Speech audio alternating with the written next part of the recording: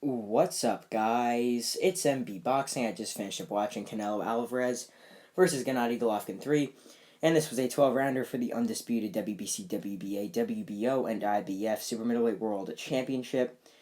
And this fight was Saturday, September 17th from the T-Mobile Arena in Las Vegas, Nevada, and this fight was broadcasted on the Zone pay-per-view.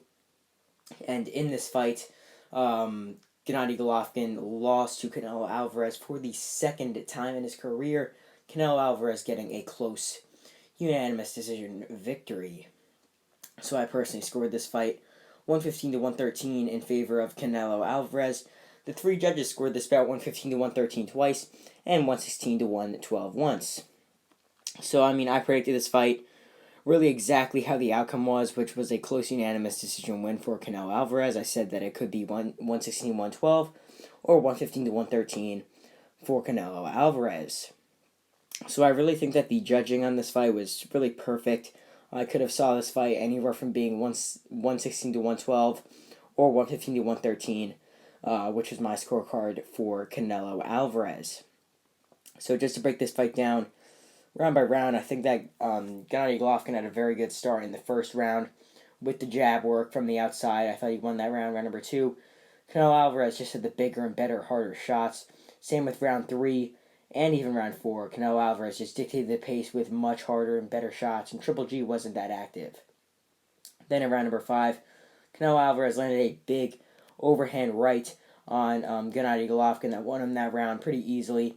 Then in round number 6, I thought it was a very, very close round, but I thought that Triple G landed some nice shots, so I gave him that round, but it was very, very close. So after 6 rounds, I had a 58-56 for Canelo Alvarez. Then in round 7, I thought that Canelo had more activity, so I gave him that 7th round. Round 8, I thought Canelo Alvarez had good body work, but I thought that Triple G ended the round pretty well. It was a close round, but I edged it to Canelo Alvarez for his solid body work throughout that round. Then in round number 9, this is where Gennady Golovkin actually picked up the pace in this fight. He made the later rounds very, very competitive and won most of those later rounds. And, that just really makes me question whether, if he would have started earlier, how the scorecards would have been when the fight ended. Because, who knows if he would have gassed out late? Who knows if he would have won this fight? Really, there's just a lot of unanswered questions. Like, who knows? But in that 9th round, it was a competitive round, but I thought that Triple G had much more solid work coming forward. However, in the 10th round, Canelo Alvarez landed a very, very good, sort of right hook to the body. Or no, it was actually a left hook to the body that made Triple G sort of drop his hand. It was a very good shot for him. But yet again, I thought Triple G ended that round very, very solidly. Then in round number 11, I thought that Triple G worked very, very nicely. He was more active. He came forward more and just boxed much better than Canelo Alvarez, and then how he did throughout this entire fight. But then around 12, I thought that Triple G won it clear. He had much better pressure and much more aggression than Canelo Alvarez. So that overall accumulates to a 115-113 scorecard for Canelo Alvarez. And sorry if my voice sounds a bit weird. It's a bit lost from making videos and reviews all day. But this was a good end to the fight day. A very good card this was. But if you're watching this fight, specifically comment down below how you scored it. I'll be very interested to see if anyone had it like a draw or even wider for Canelo Alvarez. But this goes into the question, what is next for Canelo Alvarez? Considering he's undisputed at 168, he could take on maybe Demetrius Andrade if Andrade once wins a world title at 168. Maybe he could take on Jermall Charlo if he moves up. He might be able to take on the winner of Dimitri Bivol versus Gilberto Ramirez at 175 maybe. But really, Canelo Alvarez has a lot of options because he's one of the best pound-for-pound fighters in the world. So he could be taking on really anyone inside the top 5 at 168.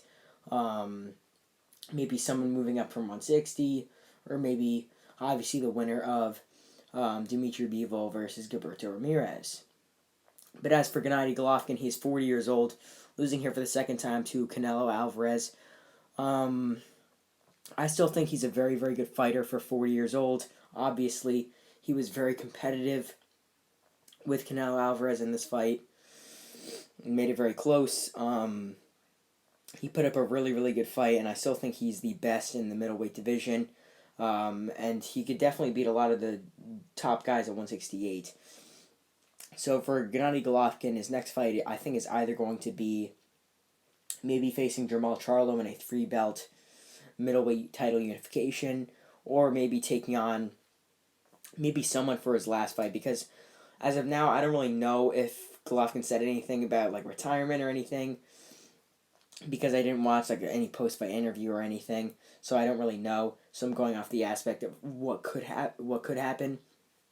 But yeah, he might either take on Jermall Charlo, might take on one more like decent level opponent defending his middleweight world titles before retiring. But I definitely don't think that Golovkin would end his career on a loss, especially to Canelo Alvarez at a weight class that's not really his natural weight. So yeah, I think that Triple G will either have one last fight against a fighter he'll easily beat, or he'll take on maybe like Jermall Charlo, someone like that. So overall, Canelo Alvarez defeats Gennady Golovkin by unanimous decision to successfully defend his undisputed middleweight, or his undisputed super middleweight world titles.